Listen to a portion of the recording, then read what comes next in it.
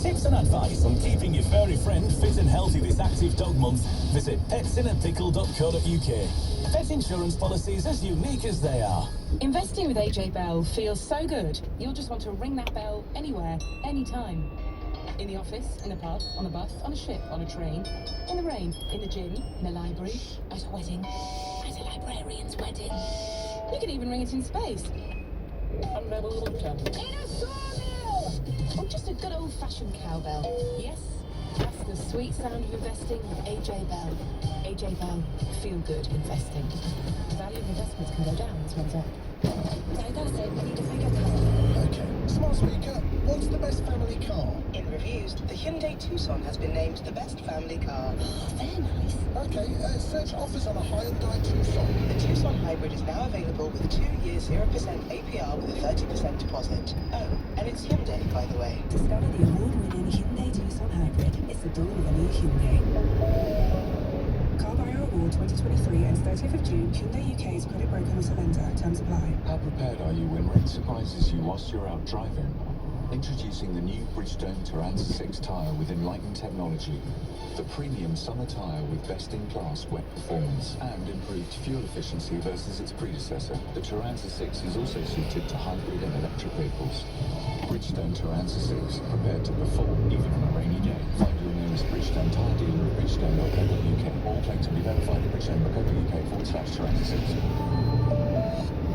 At Little Big Pig on British Spring. And what could be more British than going all out for a family dinner? A whole large British beetroot chicken for only $4.25. Deluxe Scottish salmon fillet just $4.59. Or deluxe West Country leg of lamb for $9.99 per kilo. Now that's big on quality and always little on price. Subject to availability, selected stores excludes NI. The Chelsea holidays sale is now on. So take off to amazing sunny destinations like Turkey, Mallorca and Greece. And take off up to 50% of the hotel price too. We've got thousands of offers available for April, May and June. But hurry, our sale must end on the 6th of April. Book now with Jet2 Holidays. Package holidays you can trust. Selected hotels only, limited availability. James O'Brien on LBC.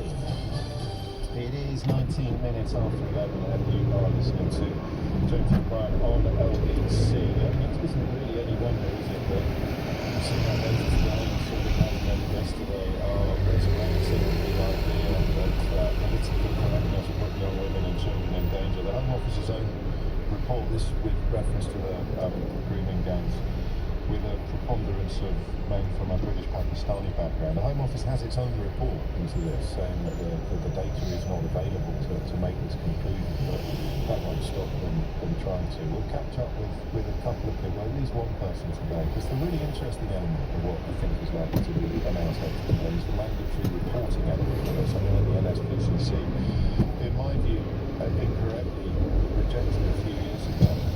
But the way to deal with these sort of issues, the first thing to say is that if you consider an offence to become better or worse according to the background, ethnicity or religion of the offender, then you are ignorant. It doesn't matter whether it's a or a taxi driver in South Yorkshire. If they are responsible for abusing a child, for sexually abusing a child, the gravity and the seriousness of the offence should not change at all. Such is the nature of our referential society that sadly it often does. And when you introduce carefully cultivated racism or bigotry, then obviously you will have people expressing a hell of a lot more outrage and disgust about crime committed by a brown person than they would about the same crime committed by a white person.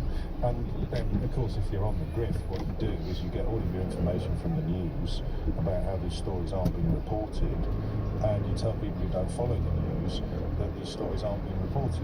This is so, I mean, the stakes are too high and the territory too close to admire the quality of this grift. But I suspect that the biggest grift, the best grift, is always the simplest. So imagine that you don't read the news, and you're completely unaware, for example, of the work that Andrew Norfolk did from about 2010 onwards on the question of social media, right? And this is aside the way that the preponderance of focus ignored other offenders and other actually the majority of which are generally found to be white, it was being reported. It was being reported at scale from at least 2010 onwards. We started covering it on this programme in 2010. But if you didn't listen to this programme or you didn't read newspapers, and someone came along and said, oh, there's all these prosecutions happening of grooming gangs full of British Pakistani men, and you're not being told about it, then you'd think, well, that's outrageous. You wouldn't think, well, hang on a minute, if they're being prosecuted, then surely they're being reported. And that's how you end up with little Tommy 10 names turning up at actual court cases that are being reported in order to flog videos claiming that he's the one revealing what's really going on and the rest of the media isn't going near it. And coming very close, of course, to contempt of court as well, which would have seen guilty men actually get away with their crimes. But hey, you just keep sending your money in. You keep sending your cash and claiming that some sort of journalism is underway.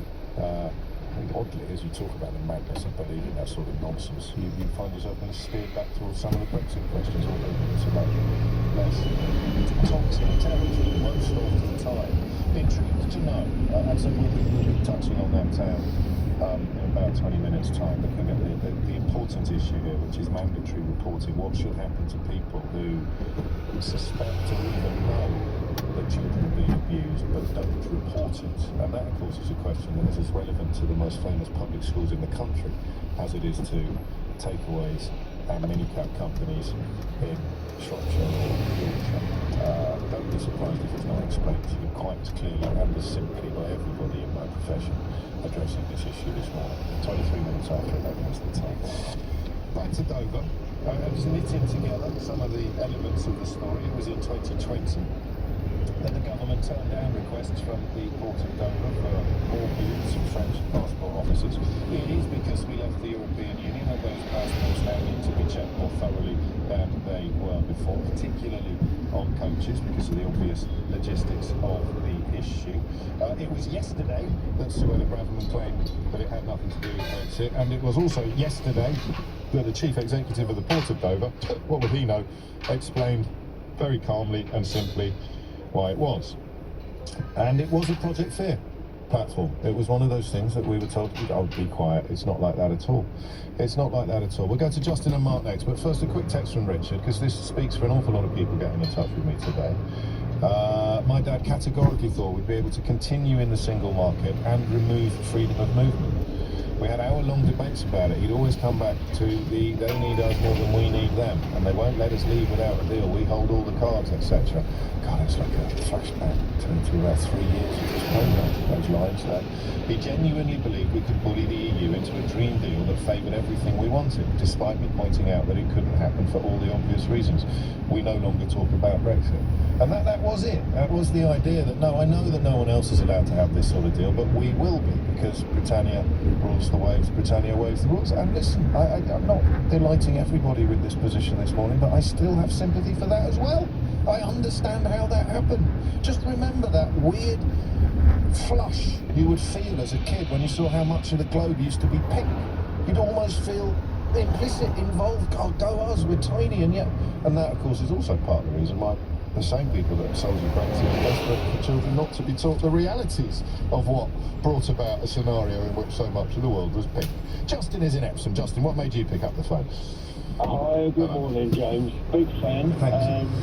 Why Oh, the phone line is... we'll try and fix up the phone line. I'll be back with you imminently. Mark's in Dumfries. Mark, what would you like to say? Oh, this is good.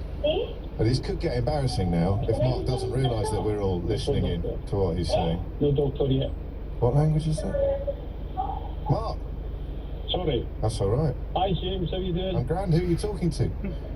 Somebody trying to speak to me in Spanish. I've not heard Spanish with a Dumfries accent before.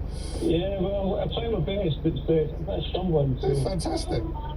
Sorry about that, but I'm trying to practice a wee bit. I love it. I like the multitasking as well. They say men can't multitask, but you're on the whole to the most popular radio phoning on the whole of commercial radio in the United Kingdom. You're learning Spanish as well at the same time. Yeah, sensational. Exactly. So I'm from Dumfries in Scotland. I used to work and live in Manchester. I'm now trying to learn Spanish. And there's a bit of yapping going in the background. We've got the earphones in, so hopefully we don't hear too much. Oh, yeah. Well, hang on. Are you in a lesson at the moment? No, there's a few friends of mine, and they don't know when to shut up. Okay.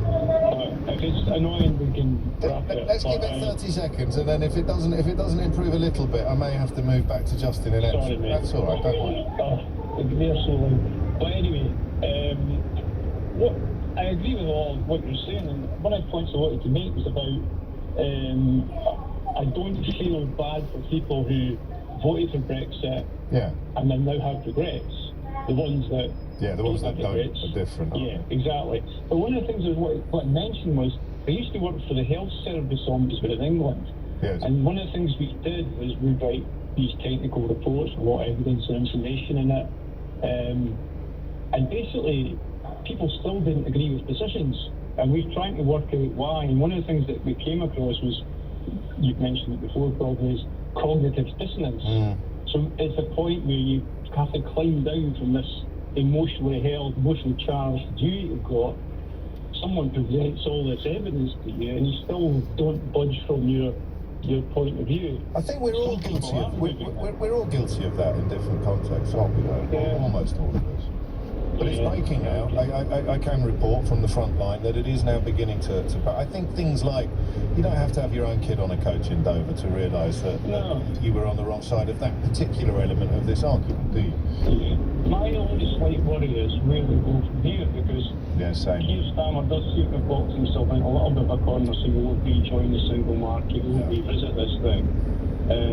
But at some point they will have to.